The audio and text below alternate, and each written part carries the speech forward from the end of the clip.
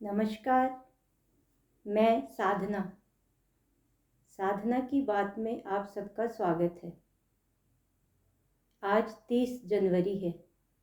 हमारे पूज्य राष्ट्रपिता स्वर्गीय श्री महात्मा गांधी जी की पुण्यतिथि। आज ही के दिन हमारे प्रिय बापू को प्रार्थना सभा से निकलते समय नफरती और कट्टरवादी विचारधारा को मानने वाले एक व्यक्ति ने गोली मारकर हत्या कर दी थी।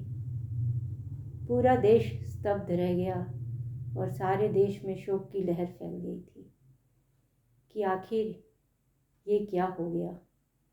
विधि की ये क्या विडंबना रही कि तमाम जिंदगी सत्य, प्रेम और अहिंसा की वकालत करने वाले हमारे प्रिय बापू को हिंसा का शिकार होना पड़ा।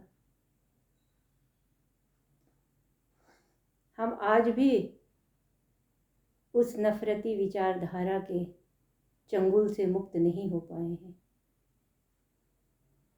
लेकिन सत्य, प्रेम और अहिंसा की लड़ाई कठिन हो सकती है, लेकिन जीत इसी की होती है। सत्य, प्रेम और अहिंसा के रास्ते पर चलकर ही हम अपने जीवन को सुंदर बना सकते हैं और देशवासियों को भी सुखी बना सकते हैं। गांधी को मारने वाले ने शायद ये सोचा होगा कि गांधी के मरने के बाद उनकी विचारधारा भी समाप्त हो जाएगी, किंतु ये उनका भ्रम था। गांधी जी की आत्मा तो अमर है, उनके विचार अमर हैं और आज भी उनके विचार और आदर्शों को मानने वाले करोड़ों लोग हैं, सिर्फ भारत में ही नहीं बल्कि पूरी दुनिया में। आज भी हमारे देश का नाम पूरे विश्व में सम्मान और प्रतिष्ठा से इसलिए लिया जाता है कि बापू हमारे देश में पैदा हुए थे।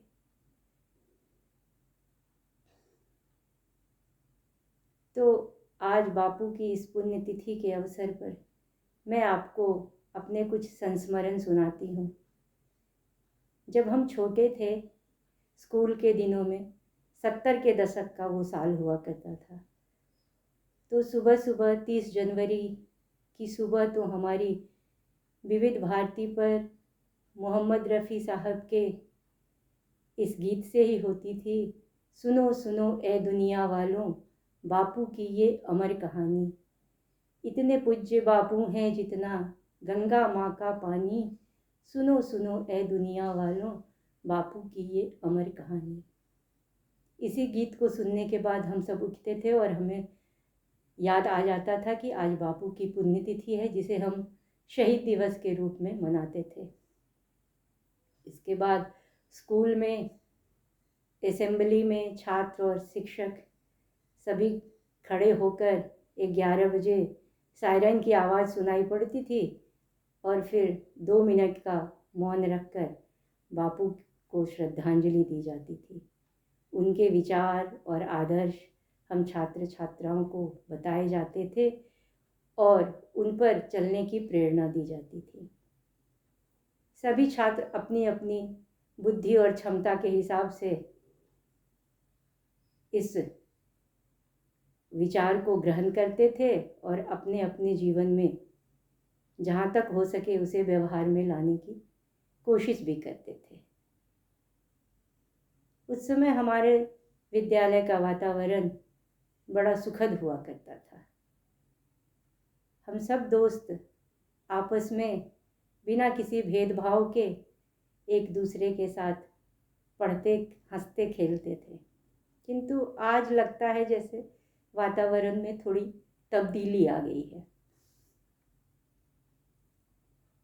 लेकिन गांधी के विचार तो वो शाश्वत मूल्य हैं हमारे, जिन पर चलकर ही एक सुंदर समाज, स्वस्थ समाज और विकसित राष्ट्र की कल्पना की जा सकती है। तो मैं उम्मीद करती हूँ कि गांधी के विचारों को हम जन जन तक पहुंचाएंगे और उनके आदर्शों और सिद्धांतों पर चलकर एक संपन्न राष्ट्र का निर्माण करेंगे।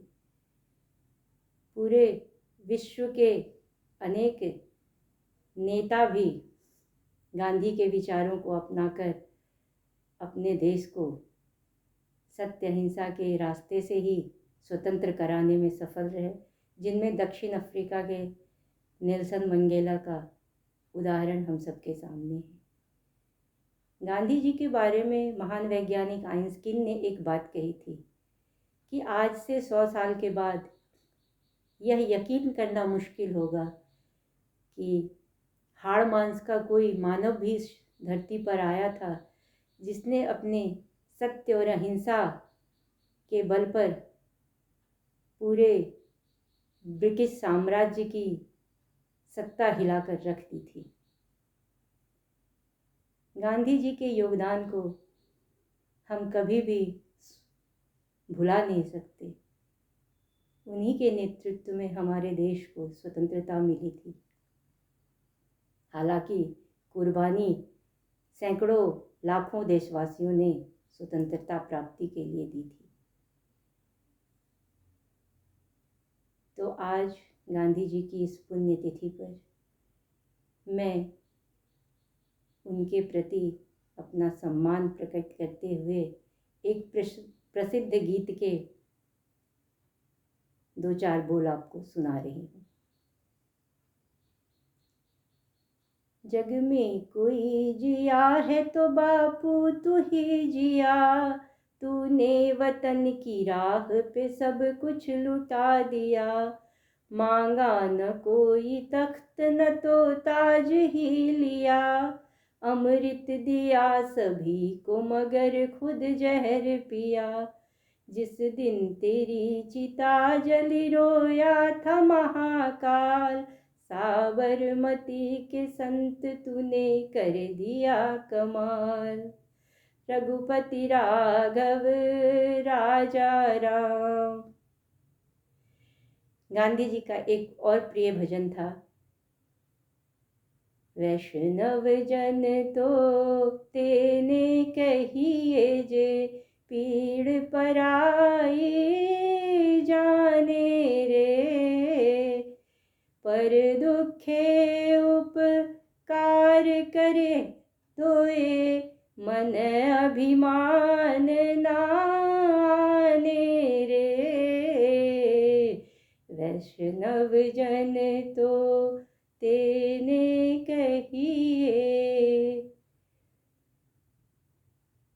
तो आज गांधी जी की इस पुण्यतिथि पर इन्हीं आशाओं और भावनाओं के साथ कि हम सब मिलजुल कर सत्य और प्रेम के रास्ते पर चलकर अहिंसा का मार्ग अपनाकर अपने जीवन को और अपने देश को, संपूर्ण विश्व को सुंदर और समृद्ध बनाएंगे। तो इसी भावना के साथ आज इतना ही।